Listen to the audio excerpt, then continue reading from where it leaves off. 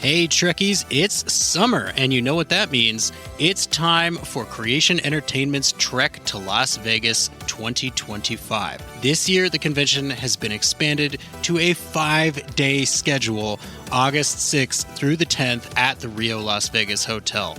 Meet all your favorite Star Trek pros in one place, and hey, maybe you swing by Vic's Lounge and you see our panel. It's a great way to meet people in person and have some fun with your fellow Trekkies. If you can't make it to Star Trek Las Vegas, of course, there's also other events around the country this year. Trek to Orlando, August 23rd through 24th. There's the Trek to New Jersey, September 6th and 7th. And finally, the Trek to Chicago, November 22nd and 23rd. We're looking forward to meeting as many of you as we can this year. So make sure that you get ready to trek to Las Vegas.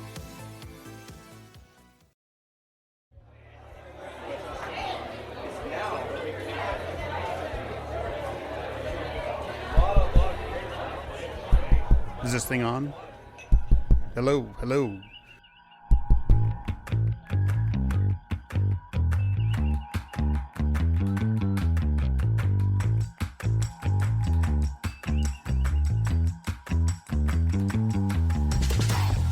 Welcome to Open Pike Night. I'm your host, John T. Bolds, here tonight with some amazing guests on stage and in the studio to have a conversation with an author who writes the Star Trek that's too big to be captured by a measly camera. We have sharpened our pencils, obsessively collected notebooks looking for just the right one, and chosen from a truly amazing list of fictional universes. And our valued guests on the Open Pike Night Stage have come to show their amazing support. Joining me today are my co-hosts, the man who knows that the way to keep the pages turning is a barrel of red herrings, host of Sudden But Inevitable, Jesse. Yeah, when I need to pick me up, I just reach for my favorite author, Charles Bukowski. It's just, there's nothing more inspirational, you know? And the man who knows that no matter how rough life gets, there are magic words that always make things better. It was all just a dream. Host of Green Shirt, a newbie's trek through TNG, Cameron. The man in green fled across the desert, and the podcaster followed. And tonight, we have a wonderful guest for his first visit to the Open Pike Night Stage. A man who has spent time with the Federation, with the Rebels and the Empire, taken rides through mass relays, and explored the streets of Springfield. An author who stays grounded while taking us far away. John Jackson Miller, welcome to Open Pike Night. Hey, I'm very glad to be here, and it's a comedy-themed broadcast, and I guess I'm one of those people where people will ask, how many concerts have you been to, and what are the great concerts? And it's like, and I end up reeling off George Carlin, Bob Newhart, and people are like, no, we mean bands. It's like, no, well, that's probably most of my concert going has been to comedy shows. Ah, excellent. Sounds like you got a hell of a list there too. So I was a college freshman when we saw Jay Leno, and wow. That was Jay back before he was on the Tonight Show. So I mean, although it was the cooler Jay Leno who was on the Letterman show most of the time. He only owned one car back then. Well, that's a heck of a career there, and we are going to talk tonight about your career and all the seriously a broad range of stories you've written. So Cameron is going to start us out. When did you get the writing bug? What got you interested in writing as something you might pursue as a career? Well, I don't know. Well, not necessarily as a career, but I started writing my own stories on a little Smith Corona typewriter, and drawing my own comics back pretty much age 6, 7. I still got a lot of stuff from back then. Nice. This actually came up here this weekend because the first time that I kind of thought, I can do this, because I'd been, doing my own, mini comics, my own 8.5 by 11 notebook paper comics that I'd been doing with issue numbers and schedule and everything like that. But I didn't think anybody wanted to actually read them or see them or anything. And then in 7th grade, there was a writing competition in the city of Memphis for both the whole city and the county. And our little tiny school, all we could do is send like 4 people per division, whereas the people were saying like 16, 20, 28. They said, well, you look like you have nothing better to do. You can get on this team. And I had already written a hard-boiled detective short story about a duck. I like it. and I said, okay, well, I can submit that for the fiction division, and then do all these other challenges that they have, because they had like 40 word and 80 word and 120 word and 500 word dashed. All these nonfiction prompts that they would have you do. My writing coach then was a woman named Gwen Rosenbluth. She was one of the teachers. We ended up, I won the citywide competition. I won the gold medal, and it was a literal, not gold, but goldish medal for that. And our little team won the team division citywide. And that was kind of like, I may not actually be a total complete, imposter or whatever here. And one of the things that's cool about this is, and I did a tweet about this and a Facebook post about this weekend, is that Strange New Worlds, the High Country, is dedicated to 3 teachers from my school. Mrs. Rosenbluth is one of them. And she got her copy the same day in the retirement place where she's at. And she did a selfie with the book. and I thought that was just cool, because one of the benefits of writing a lot of novels, the thing before the introduction or the dedications page, it's cool, but for the first 3, 4, 5 novels you write, you're stuck with members of your family. It's not optional. No, you gotta do this. I mean, in order, the wife, the kids, the mother, the father, the sister, and you got to go through that, and then prominent people in your creative or business life. And now I'm on like book 13, I sort of was like, okay, let's expand outward to some of the folks that you just wouldn't necessarily have thought of in the beginning, because you had to get all the people who would give you flack about it out of the way. Yeah. But no, I was delighted to do it. And another one of the teachers, both the teachers who are still with us, they've got their copies, and I was tickled to be able to do that. The one who passed on, I'm trying to get in touch with her widower. Yeah, that's one of the problems. Is you get to a certain number of years, it gets really hard to find people. Sure. Yeah. Are they Star Trek fans at all? Do you know? Ms. Well, Rosenbluth? that's the one that passed is her name was Burnsy. And we called her Burnsy. Her name was Ellen Burns, but we called her Burnsy, and we think she wanted that nickname on purpose, because she would bring in the VCR into the classroom, and of course, one of the things she showed us was the movie What's Up, Doc? Okay. But it stars Barbara Streisand and Ryan O'Neal, and Barbara Streisand is a character named Burnsy. And so we assumed that she set this movie up so that we would give her the nickname. Like Barbara, she's a New Yorker, and this is down in Tennessee. She's a New Yorker, and she was a former nun. She actually left the convent and became more or less a new age flower child sort of person. It was, she was writing a book called Breaking the Habit, or Kicking the Habit. In class, she would have us do, we all had pillows that we brought to the class, because she would have us do guided fantasies where, she would give us writing prompts, and while we would sit down and imagine, all right, you're getting larger. You're getting larger. You're getting bigger than the entire building. You're getting bigger than the entire city. You're growing larger, and now what are you going to write about? And of course, I couldn't take anything seriously. My buddy Bob couldn't take anything seriously. She loved comic books. She loved science fiction novels. She taught Bradbury to us, Fantastic. she, later on, I would write my essays. I would say, can I do this in comics form?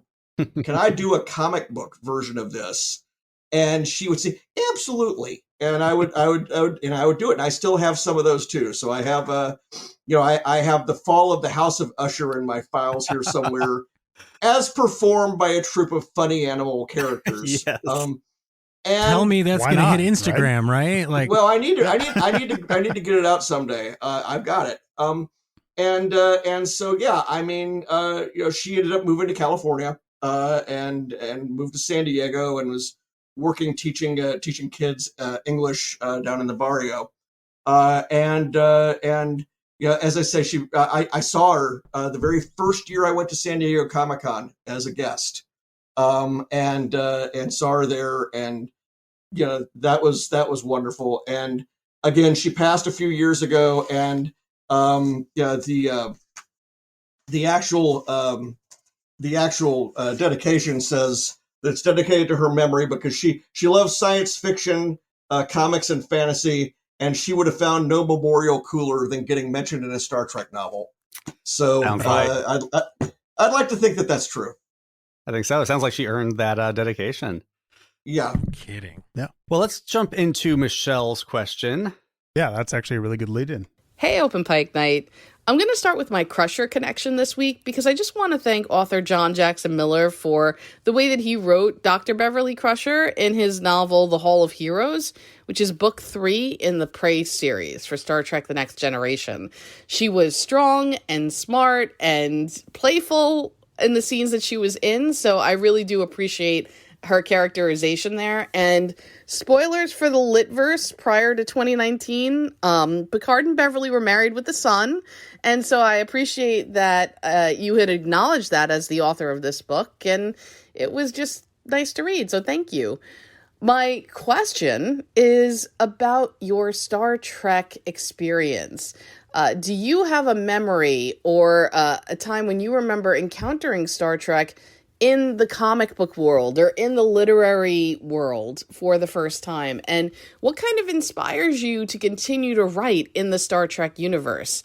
I know writing for franchises can probably be a little tricky, so I'm wondering where your inspiration comes from and how you prepare to write a novel like The High Country for Strange New Worlds. Do you study the characters? Do you get notes from producers? How does it all work? And what is it that you enjoy about it? So thanks for coming on and answering fans' questions. Live long and prosper. Thanks for the question and the kind words. I think the first Star Trek book I ever got was the Star Trek puzzle book, which was a little thing from I guess it was Pocket Books. It might have been Valentine. I'm not sure. I assume it's Pocket Books, but it was one of these quiz things where they scramble the titles of the episodes and things like that. Things I could not possibly have known at age 10 or whenever it was, but at least I was able to connect the dots or whatever it was that was on there in some of the other puzzles. I still have that book. I should crack it out one day and see if I fare any better at some of the questions. But there was that, and I think the first Star Trek comic book I got would have been just a random issue of the Marvel series the first time around, and that would have been following Star Trek: The Motion Picture. I think at that time, again, it was just not where my head was because I was a Star Wars, zombie. I was buying everything for that. And also, I had not seen the motion picture yet. And my first novel that I got for Star Trek was The Klingon Gambit. And I think that was the second of the numbered novels when Pocket started doing the Star Trek number 1, number 2, number 3, number 4. That's distinct from the log books, which were out there. Now, to actually get into how you prepare to do one of these things, I mean, my first Star Trek novel, Takedown, I wrote my editor and said, "Hey, I want to do the Hunt for Red October with Picard chasing Riker," and it was more or less at that point just a matter of getting the plot figured out and getting it past CBS and CBS making some notes and making some suggestions. and the editor making notes and suggestions. Likewise, the Prey trilogy, it was a big sprawling thing, but it was not something where there was anything to collide with because it was still 2016 and there wasn't anything to collide with. There was nothing new that was coming out.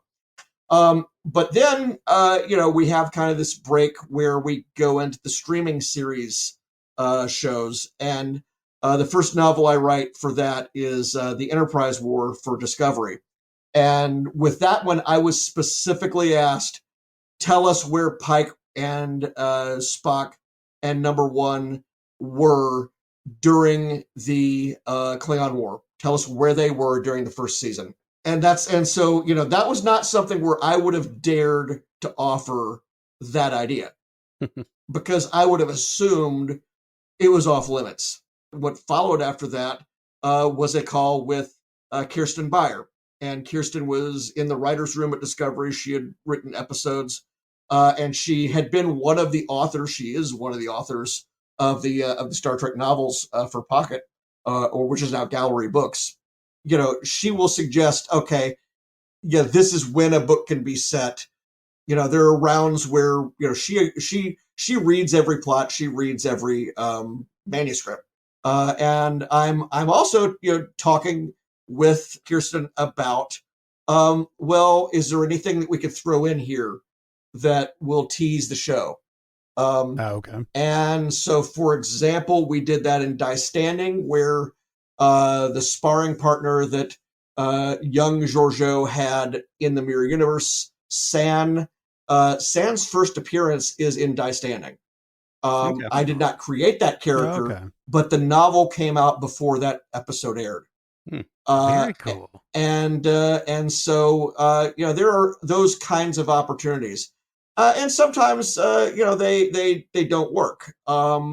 There was we tried to do this in Enterprise War, where there's a character whose name I cannot remember now in my book, but the character was going to be one of the other officers on the Enterprise, and I put her in the book, and I had pulled that character from the Tribbles episode of Short Treks, and what happened is, in between me turning in the novel and them shooting the episode, they changed the character's name. And that's fine. It still works. But, if you go back and check my social medias back in 2019, I was saying, hey, get ready. We might actually see something kind of fun here. And, didn't happen. That's why you use conditionals, like we might see something fun here. Yeah. Now, John, maybe unsurprisingly as a writer, you obviously tell stories with your answers. Now, that bleeds over even into your website, where every entry has its own story. It's a great, it was great for us to do research. There's so much trivia. Everyone up until I ran out of time. It's a work in progress. Yes, you're still, And it's so incredibly generous to see. Like, I was reading through the website, I'm like, man, there's a whole novel here too. This is great. Well, I think the Kenobi one is like 10,000 words, and I think when I sell the giant Knights of the Old Republic, where's it back there?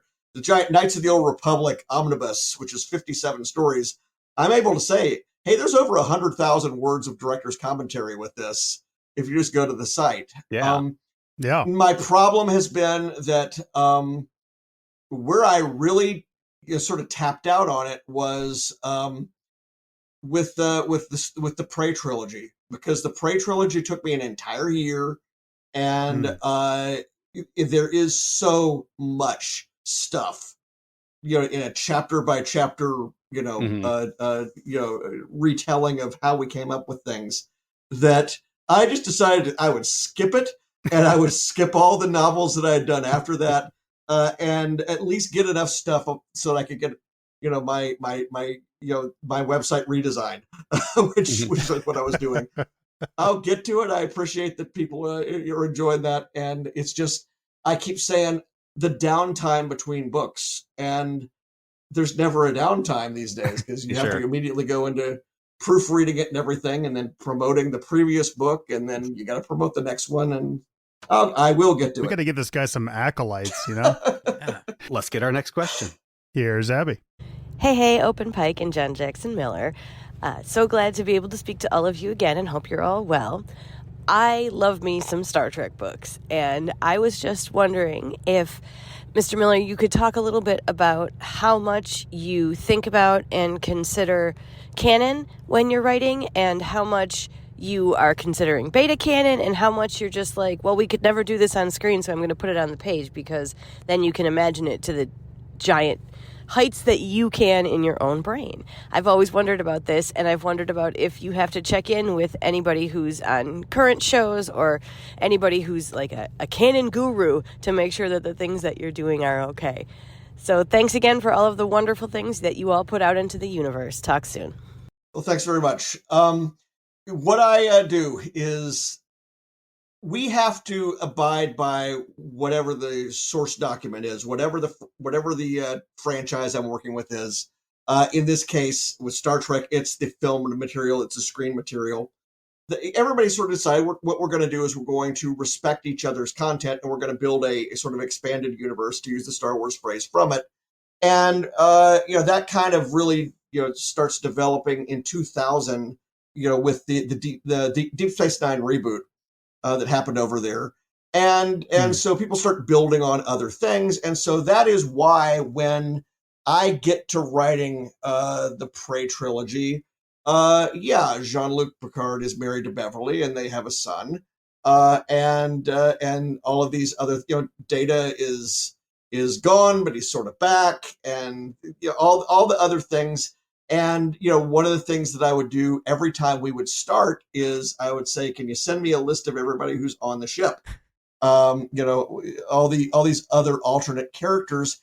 And then I would try to use them, because even though, the hardest characters to write in these sort of shared universe prose things are the characters that other people have created, especially if they have been written by more than one person. And so, they may not actually have a consistent voice necessarily throughout.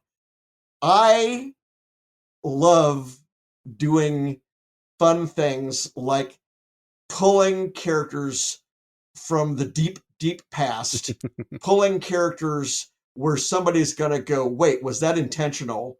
And I really try, when possible, not to do anything that's going to overwrite anything that anybody else has done, even if, it's I've been told it doesn't matter. Or even if it's a case of, it's completely inconsistent. There's no way to respect this. For example, the Enterprise War has a significant sequence dealing with the fact that the Enterprise can't keep a chief engineer. And this is because if you go back, and I counted off and named every engineer that I had found, chief engineer, in all of the previous books and comics, all the way back. And I mentioned them all. I even allude to the fact that Scotty at one point was considered to be the chief engineer in one story, even before Strange New Worlds. And so there's a reference to Scotty having come and having gone, but not having been chief engineer, although he thought he was, or some line like that. So I've got that going on. So, chief engineer, moves with burning grace from the Star Trek early Voyages comics that came out from Marvel. I think 16 issues or so in 1996, 97. Is mentioned. Another character from that, Gabrielle Carlotti, she's the nurse in early Voyages. I gave her a more significant role than that.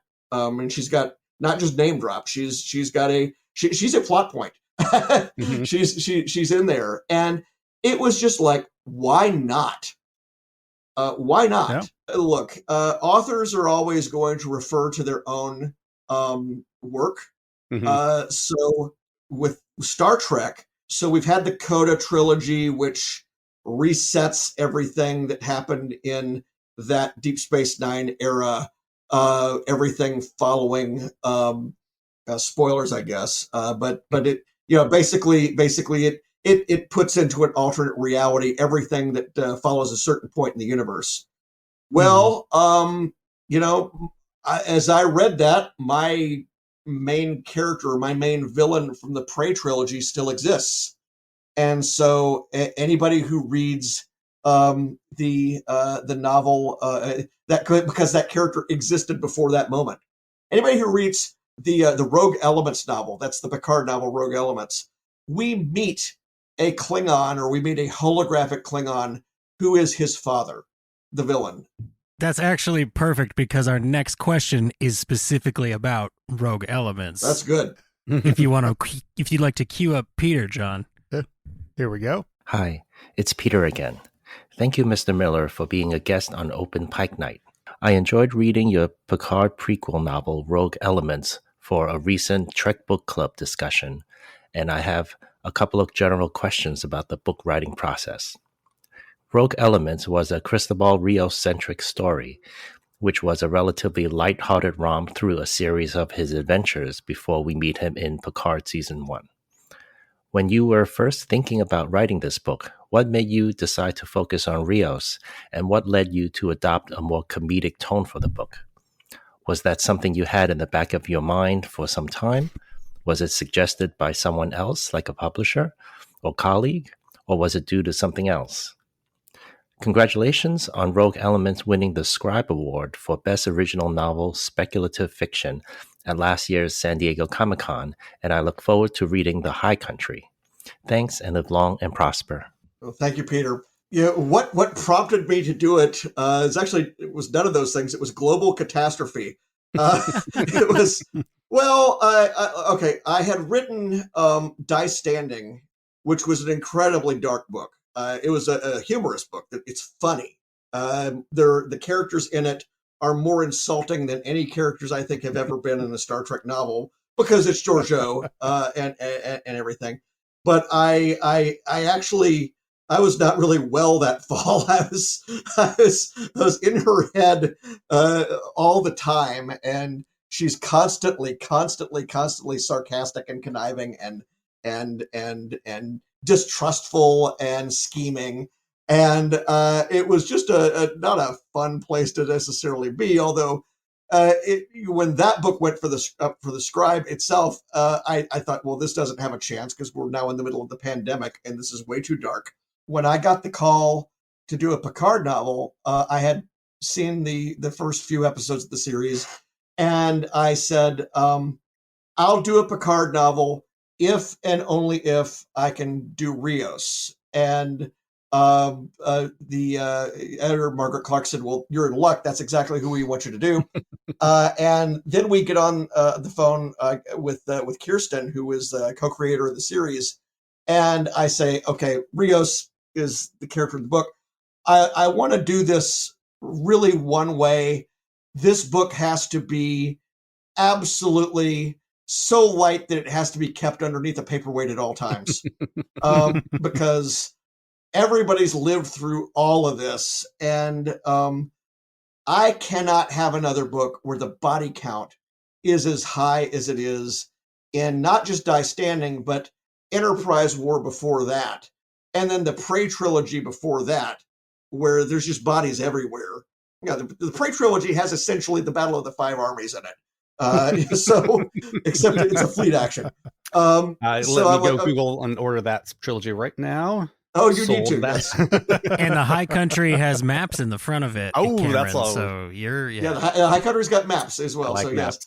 Yes. So basically, I was like, all right, this has to be light, and so I went and I looked at the other light episodes of the shows, and I immediately landed on A Piece of the Action, which I had a connection to because I was born the night that episode premiered. Hey. Or actually, I was born a couple of hours before, so I didn't see it at the time, but still counts. but yes, Yeah. Fizbin and I arrived the same day. And so I want to do a story which is about book collectors in the 24th century. And this will be a story about why physical books, why physical collectibles of any kind are still valuable. That allowed me to go on all sorts of riffs because my original career before all of this was I worked for the world's largest publisher of hobby magazines and books, Krause Publications. So I was running the comics magazines, but we also had, and I also ran the card game magazine Scry. But we also had records and military vehicles and coins and sports cards and guns and you name it, anything anybody ever collected. We had a book for, or we had a magazine for. And it allowed me to actually riff on some things. And then I love Rios from the beginning because he wants absolutely nothing to do with life anymore at the start of this book because he's been thrown out of Starfleet. He doesn't know why. And he just wants to crawl under a rock and drink himself into oblivion. And, I get to, I'd said, to Kirsten, I said, can I tell the story of how the holographic versions of Rios come about? And of course they come about because, he wants to be alone and he must have had a terrible crew to want to actually deal with this another way. So, we have the sort of canon adjacent answer to how he got the ship and where the holographic Rioses came from. And I got to the end of it and the body count was just 2. And that was more than I was expecting. And I think previously the only book that was even less than that was Takedown, because one of the plot points of the book has to do with the fact that the people that are doing the things that are in the book are not going to hurt anybody. But yeah, actually, I literally say in the acknowledgments of Strange New Worlds that I wrote rogue elements to be a relief for a world that was dealing with a lot of terrible stuff, and I opened the acknowledgments of this book by saying, okay, let's try this again.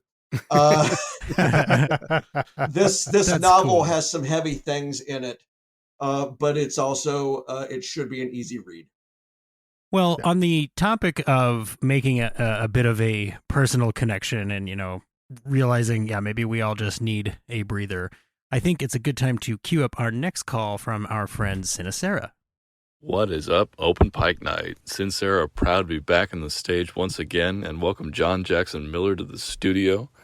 I just spent the last couple of days reading The Enterprise War, which I thoroughly enjoyed. Everyone else should go pick that up and enjoy it too. I won't get into details of it because I don't want to have a spoiler warning tagged on to my time here on the stage. But I'll get into a few things. One, I deeply appreciate, Mr. Miller, that lame line from Season 2 of Discovery, that Enterprise's mission was just too important to come back for the Klingon War, has been retconned into, no, they were just busy going through an acre upon acre of shit. And I'm so glad that we got to know Connolly a little bit better after his brief appearance in Season 2. Though now that I've read his story, I really wish that he could have been alive until the end of Season 2 and given us a nice line during that big, beautiful battle of, boy, it sure would be nice if we had a boundless battle suit now, don't you think? A little bit of Firefly riffing there, and I hope you enjoy that. Other than that, I'm really excited to read The High Country and anything else that you can bring us. Maybe while we're talking now, you can tell us what else is in store in the pantheon of Star Trek audiobooks that are yet to come. I've enjoyed a few in the last couple of days, thanks to Green Shirt. So, and that's my time, folks. Glad to be back. Let's live long and prosper. Well, I'm glad for the mention of audiobooks because I really have realized that so many people are consuming these books by audio now. I'm not going to give away numbers, but it's enough to have changed the way that I write. And doing Enterprise War, I knew that Connolly was going to, I guess spoilers, but in the first episode of the season, he's Yeah. yeah, bye-bye. And I'm like, well, this is perfect because I can do whatever I want with this character. Mm-hmm. Yeah, he starts off in the show as arrogant and cocky, and that kills him. Well, I can show how he got that way. I can give him whatever pursuits that I want, and of course, this ends up, taking him into baseball, which is. But again, I didn't put that in for for fun. It actually was relevant to the way that the Boundless functioned. The franchise system in Major League Baseball, the trade system in Major League Baseball, the farm system in Major League Baseball is almost exactly the equivalent of the organization structure of the Boundless. And Connolly, as somebody who knows the history of the game, gets it.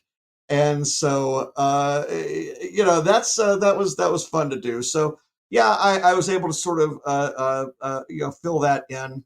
I actually have been working most of this winter on a nonfiction book, which is not announced yet. I do have a couple of essays that are going to come out. One is about Star Wars and sort of the expanded realm around it, and the other is about Star Trek.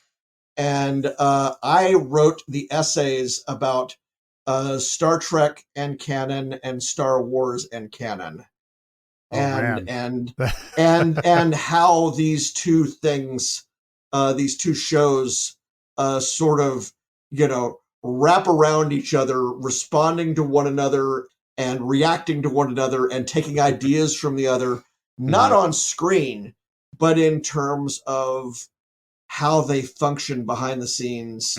What is licensed, what is not, how the rules of the licensing go. Those are coming out. No release dates announced for those. I just need to actually get through it. Last week was taxes. So Wait, are you saying writers procrastinate? Is that what you're saying to us right now? Never I'm saying. heard those Well, two no, words together. I'm saying that. I wish I had time to procrastinate. Seriously, no kidding. No, I don't mean to sound because disrespectful. I'm running. I don't just run my career. I also run a website called Comicron, which is the world's largest database of comic book sales figures. So I'm doing a whole lot of. I've been doing that for 15 or more years on the web, and longer before that. But I mean, so I manage that. Also writers today are having to do a whole lot of self-promotion and social media and conventions and all of that sort of thing. Yeah. Kate wrote in, she asked, would you like to write more novels about Pike's Enterprise time during the Cage era, or would you prefer to continue writing novels in the Strange New Worlds era? If there is a case where we've got access to the folks doing the new shows, and there's a way to actually get something that is not for a niche audience, but is able to go everywhere. And everything I know about this book tells me it is a bigger opening launch than I have had for a Star Trek novel, in terms of where it's going and where it's going to be on sale and how long we've had to promote it. And because it is like 3 months later than we intended to do it. And also in the sense that it's less of a niche novel than even the ones that I've done already. Enterprise War is sort of set in the past, if you think about it. I mean, it's in between two shows. And if you don't know those two shows, that might be that might be harder for the brand new reader to come at. Even the Rios book. Yes, it's about one character and it's not the main character from Picard. The number one question random civilians ask when they see the cover of the Picard novel, which has Santiago Cabrera on the cover. The first thing they ask is that Picard? And I'm like, no, it's not Picard with hair. I'm sorry. What would make you think that? And then this number 2 thing that the civilians ask is that you? And I said, well, I guess it is. How kind of you to say. I really do appreciate that. Thank you. But yeah, I mean, even that is that takes a sentence to explain. It's how Rios. It's set before the originals, or set before Picard. This doesn't take any explanation at all. Have you seen the commercials for the series? You're in. Yeah. Okay. Yeah. You know what a spaceship is. Yeah. I mean, you're done. You're ready to go. And Nice. And I like that opportunity.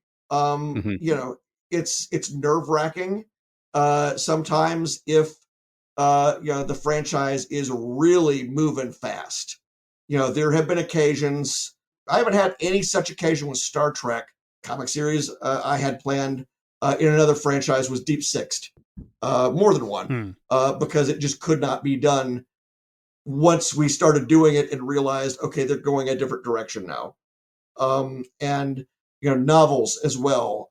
I'm well aware of the occupational hazards, but I also have been at this long enough that I am pretty good at coming up with things that are not going to be overtaken by events. You know, when there's a chance that I can future-proof the story as well, so that it doesn't immediately get overwritten by something that comes along later. You know, that's really kind of the same job. Almost everything that I've done, you know, for Star Wars or Star Trek, still works where it is. When you get into trouble with these things is, and that comes up in my essays in those books I was talking about. You know, you when you start messing with life events, you know, once Han and Leia had their children in the expanded universe, once Chewbacca, you know, buys it. Well, you know, you've basically lost your security deposit at that point. Yeah. That's why you That's a write great way a of putting it. Q-shaped shadow in the end of every one of your books. All right, we have one last question from a first-time caller to the Open Pike Night Stage. Hi there, Open Pike Night. This is CK Holmes at CK Stories on Twitter. I love your show, especially your interviews with Dr. Aaron McDonald and Nami Melamod, and I am super excited to learn that you're having John Jackson Miller on this week. I have a question for Mr. Miller that has been burning in the back of my mind for, well, approximately ever. So let me start by saying that I have been a Star Trek fan for about 33 years, and I'm 35, so do the math. And ever since I could read, I've been writing stories. So when I was in around middle school age and discovered that there were Star Trek novels, I decided that I was going to write one. That became a lifelong hobby of writing fan fiction. I'm Celtic Knot on AO3 and still writing, but it has always been a dream of mine to actually publish an official Star Trek tie-in novel. How do you get tapped for something like that? Live long and prosper, everyone. Bye. Thanks for the you know, the kind words, and you know, always, you know, keep writing. That's the key. You know, the way that you phrase that, how do you get tapped? That is a properly passive phrase, because there's no action that you can take that will get you tapped. Most of the actions that people think will get them tapped will not get them tapped. So it's the way of it is it's invitation only, and what happens is they hire you because they know you from something else, and they have seen that you have managed somebody else's property or somebody else's franchise ably, and hitting your deadlines and not ruining, you know, the characters, and not, you know, setting yourself on fire on the internet, things that are going to reflect well on the brand. So the first Star Trek thing I did was a novella called Absent Enemies. So, you know, always start smaller. I always try that myself. It's better to start with a short story than a novel in any event. I got that connection because Ed Schlesinger, lead editor for the you know, these licensed titles, Ed used to work with the fiction editor at Lucasfilm. and I had just written. I don't think it had even come out yet. I had written A New Dawn, which is a novel tying in with the Rebels TV series. It was clear that because of Disney's purchase, the tempo of novels was going to change, and it was not going to be monthly like it had been for a long time. And she recommended me to Ed. I got Star Wars prose because I had been doing Star Wars comics. Recommended me to Shelley Shapiro at Del Rey after I'd been doing Knights of the Old Republic and other things at Dark Horse for a while. I got Star Wars comics because I had written Iron Man at Marvel, and I happened to be in Portland, Oregon for a family reunion, and I dropped by the Dark Horse office, which I could do because I was also editing those magazines for comics. And so I had a reason to go, and I took the tour and everything. And at the end of it, I said, "Is that Randy Stradley in the office over there? Can I go say hi?" And we had this conversation. I got Iron Man because I had done Crimson Dynamo, which was a series at Marvel, which was sort of a new talent search kind of a thing. And I got the chance to do that because a gentleman who just stepped down from Newsarama after 25 years. He founded the site, Mike Duran. He had worked briefly at Marvel in the year 2002. I had worked with him before he had done a column for a magazine.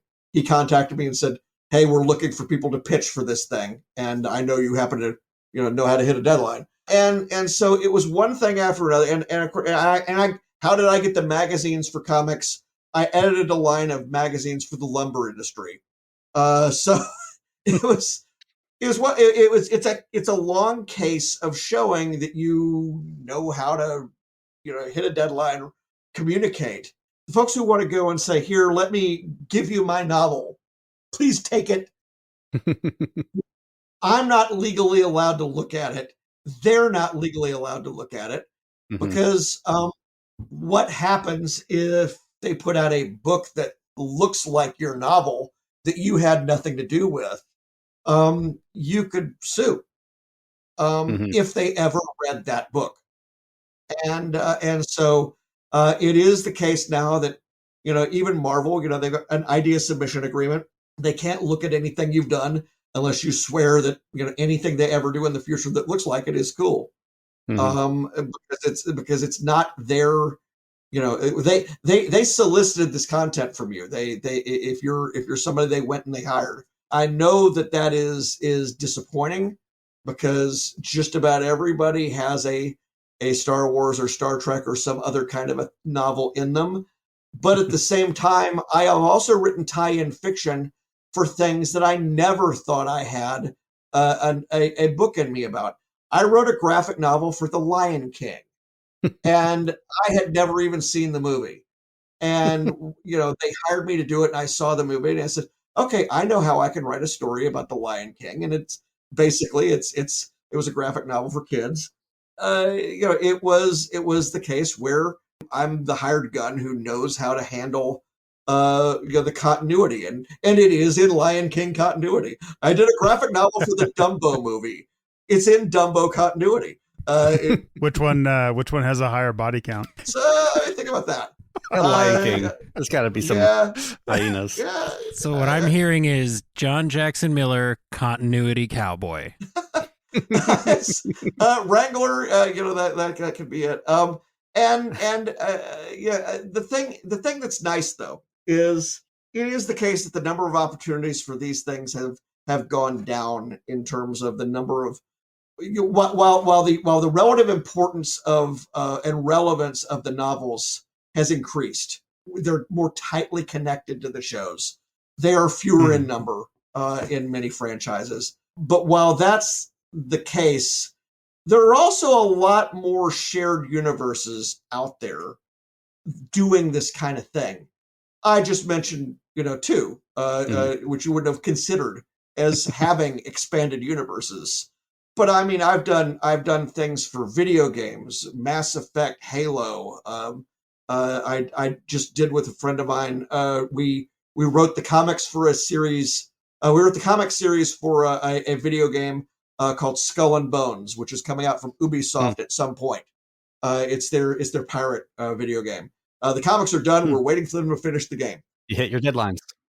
There are a lot more opportunities for somebody who knows how to do what I'm doing. It's just they're not all necessarily for your favorite show. And, you do need to learn how to do that for any show. I will say you don't, you are going to succeed more if you are in the audience for the show, or if you're a fan of it. It's one reason I dialed back on Mass Effect and Halo. I'm not a player of those games. Nobody is going to pay me to write, tie-in fiction for Sid Meier's Civilization. That's just world history. Well, that. what am I playing now? I'm playing SnowRunner, which is a game where you're basically driving a four-wheeler or a rescue truck through the mud in Michigan or the snows of Alaska. It just gives me a chance to drive around in the snow without actually getting really stuck like I do here in Wisconsin. Very niche game. Now none of this is to denigrate what happens in fan fiction at all. I never wrote any fan fiction, but it was because I didn't know what it was. And because I was a capitalist and I wanted to, when I was doing my own comics, I wanted to be able to sell those comics. I also knew I was a terrible artist, so if I drew Iron Man, it wouldn't look like Iron Man. So I was drawing comics with ducks and rabbits and raccoons and cats. And, some of them sounded like Star Wars or felt like Star Wars. I had Starduck was one of my characters, Starduck. But that's why I didn't do that. The value of fan fiction is it gives you a chance to be read.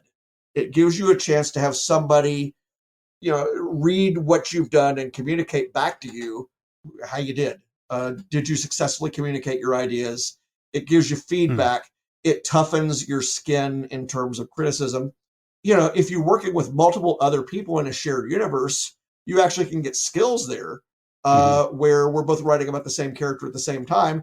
You get skills as far as air traffic control and handling these things. So it's just understand the distinction, the delineation that it's not the stuff that has the official imprimatur, and getting to write that stuff is not a direct path. That's a very comprehensive answer. Honestly, I don't. You might think I've actually had to answer that before. Yeah, as a person who has not written fan fiction, you've just educated me more about it than like anybody has. I don't read it. I'm not, but I know a lot of our listeners are big in the fan fiction world, so I appreciate the answer. John, I know you've done a lot of podcasts recently. You've got more coming up in this promo. So my next few questions, I promise, have only 1 or 2 word answers. We're just going to rapid fire some Star Trek. I don't know if I'm capable of that. We'll see.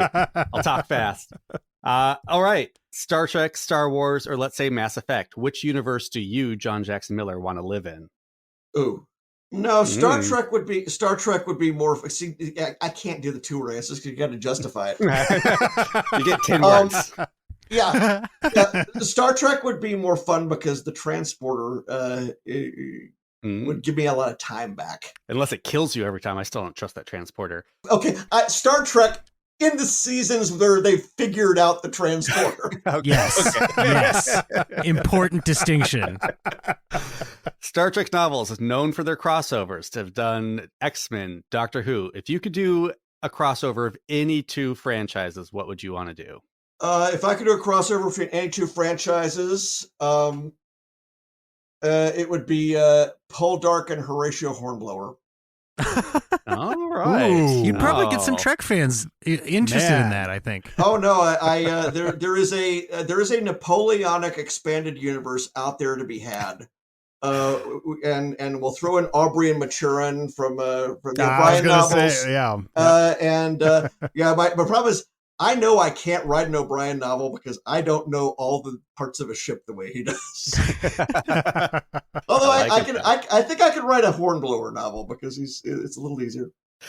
Favorite Strange New Worlds character to watch? I have enjoyed in the first season watching Hemmer, because Hemmer is really fascinating, and we are actually working right now. I'm working with somebody who knows Bruce Horak, and we're going to try and get him a copy of the book. And it was something where we actually, in the beginning, when we were figuring out where at least to set the beginning of the novel, Kirsten said, "This guy's amazing. You need to get Hemmer in the book," and we did. Don't do it after he dies. Favorites. Well, how do you know you saw what you think you saw? Oh, Thank you. people are so cagey about this. Interesting. And if anybody asks, all I'm doing is quoting Magneto from the first X-Men movie. Did you really see Bruce what you told thought you us saw? They filmed Magneto a scene was where right. they were bursting forth from his body. Now, it wasn't included in the final cut. So, favorite Strange New Worlds character to write? Well, Pike. Pike takes a good half of this book.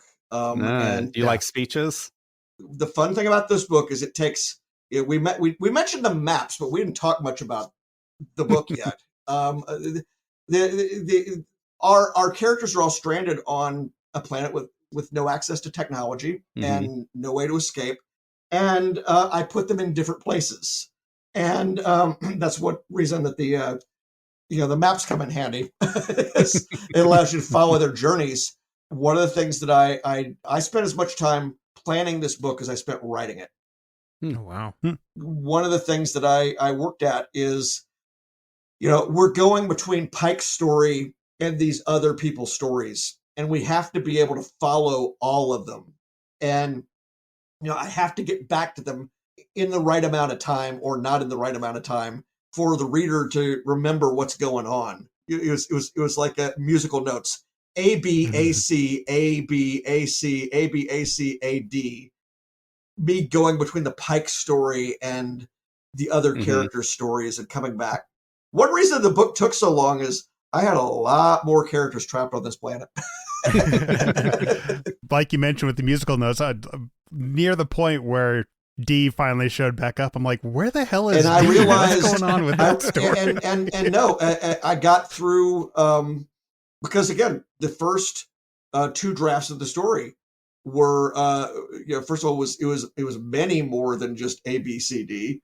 It was quite a few more. The second go round, I put the characters in pairs that way. Oh, okay. And for the third go round, I said no. I'm going to go with two characters we know about, the main character, two characters we know about, and one character we don't. And that made it economical. And that is the kind of stuff that goes on in the plotting, the outline stage, and it's the kind of stuff I despise. Because I want to write the action. I want to write the dialogue. Yeah. So you've taken the Enterprise crew and you've put them somewhere with no phones, no lights, no motor cars, not a single luxury is what you're saying is on this planet. It's as primitive as can be. That is me catching your song cue there. Thank you. I could see that my co-hosts were not doing it, so I appreciate you doing it. Well, Yeah. no, the actually Robinson Crusoe comes up a lot in the Enterprise War. See? And it's it should have told me something that the sequel or the novel that Daniel Defoe wrote after the Enterprise War was the story of the Plague Year. Or not Enterprise. After Robinson Crusoe, he wrote the story of the Plague Year, and Right. I'm like, oh no, and it turned out to be a Plague Year. Yeah, not that sequel. Yeah, not that sequel, but yes, This is a real life sequel, and so you're like, you know what? I want to do a cowboy thing. Yeah, there you go. Excellent. Do you want to give us a little promo about the High Country? It comes out February 21st in hardcover, ebook, and audiobook. The audiobook read by Robert Petkoff. It is the longest novel that I've written, just slightly longer than the Rogue Elements book. Yeah, again, as I mentioned, it is the first Star Trek novel since 2000 to have maps in it, and so that is fun. And these maps are the maps that are created by the inhabitants of the planets. So these are nobody should go in expecting that they're going to see LCARS, displays with with fancy stuff. Now this is what I came up with the help of my friend, the game designer. So yes, that comes out. It is going to have we have a launch event, which is in Madison, Wisconsin, February 21st. Barnes & Noble, the Barnes & Noble West Town. We're having an event there. The following weekend, I'm at the Great Lakes Comic-Con in Detroit. The weekend after that, I'm at Emerald City Comic-Con in Seattle. And 2 weeks after that, I'm in GalaxyCon Richmond in Virginia. And there are more events to come. Over the time that I've been doing Star Trek novels, when we started, we were doing mass market paperbacks. Then we went to trade paperbacks. Now we're doing hardcovers. Nice. And you're going to see them in places that you have not seen them before. And so I want to keep that up. Yeah. Excellent. We have gotten the cast and crew of Strange New Worlds to give us one-word teases for season 2. Is there a one-word tease you could give us for the High Country that won't spoil anything now, but when I read the book, I'll go, that's what he was talking about. One word? One word. I'm not capable of I challenge a single phrase. Fun is what I'm going for with this. Fun. Okay. But I'll give you a phrase. Some people are going to look at this book and just right off the cuff and say it's a Western. It's not a Western. It's a science fiction novel with horses in it. I like it. I have a particle physicist who helped advise me. I have a planetary scientist who helped advise me. And I have an equestrian advisor. Yeah. This is definitely a Pike book. I like it. People who are looking for more information about my books can find me at farawaypress.com, where I have notes on all the books or many of the books that I've written in the past. JJM Faraway on Twitter, JJM Faraway on post.news, and John Jackson Miller on Instagram and Facebook. And then that comics history website of mine is Comicron, COMICHRON.com. I also have a Twitter, a Facebook, and a Patreon for that. We've been talking tonight with John Jackson Miller, whose book, Star Trek Strange New Worlds, The High Country, is available today. As always, we want to keep every episode of Open Pike Night free to all. And to make that possible, please head over to patreon.com/openpike or openpike.com. Our supporters have already had a video greeting from the recording and a post discussion after they enjoyed the episode. One of many benefits you too can have when you become a patron for as little as $2 a month. Jesse, how else can our listeners help? Well, John, before I get into how folks can help support Open Pike Night and keep it free, I have to say thanks to the folks that have already done that because, of course, we are just getting back from our first ever live convention. We just had a blast at Fan Expo Portland 2023, and we could not have done that without you, so thank you. Now, of course, John is referring to our website, Open Pike. If you go to openpike.com, you can get everything all in one place. You can get our Instagram, you can get our Discord, you can get our Twitter. Those are all at Open Pike. You can also sign up for our newsletter so that you can be apprised of all the guests that are coming up as they are coming up. And of course, if you go to openpike.com/join us, you can record your 90-second audio clip right there and submit it to the show. And Cam, where can people find more of you? Jesse is wearing his time crystal necklace right now because we are actually recording this before we go to our convention, so he must have insights from the future. Speaking of time crystals, I am the titular green shirt, because they're green, from Green Shirt, a newbie's trek to the next generation, where you can hear me trying to avoid 30-year-old spoilers. We're in season 6. You've probably heard this before. Check us out at GreenShirt87 on Twitter or wherever you're listening to this podcast. And if I may, there is nobody more titular than Cameron. Show me them titulars. Oh, yeah. And Jesse, where can folks find more of you? No, that's staying. Shit. If for whatever reason you need more of me in your ears, just stay in this podcasting app and search for Sudden But Inevitable. That's the podcast where I turn longtime friends into brand new fans of the shows I feel they probably should have seen by now. Shows specifically like Firefly, which our guest has a little bit of familiarity with, and shows like Cowboy Bebop. There's all kinds of space westerns in there. I have friends that hadn't seen Highlander. Can you even believe that? So if you like to hear people get forced to like stuff, check out Sudden But Inevitable. And I can be heard outside of either one of these, Green Shirt or Open Pike, most recently with the Green Shirt crew on Captain Picard Week 2. Go ahead and search for that on YouTube or the Strange New Pod. We did a show about Captain Picard's biggest blunders. And for such a celebrated captain, he messed up sometimes. Thank you all for being here tonight for our conversation with John Jackson Miller.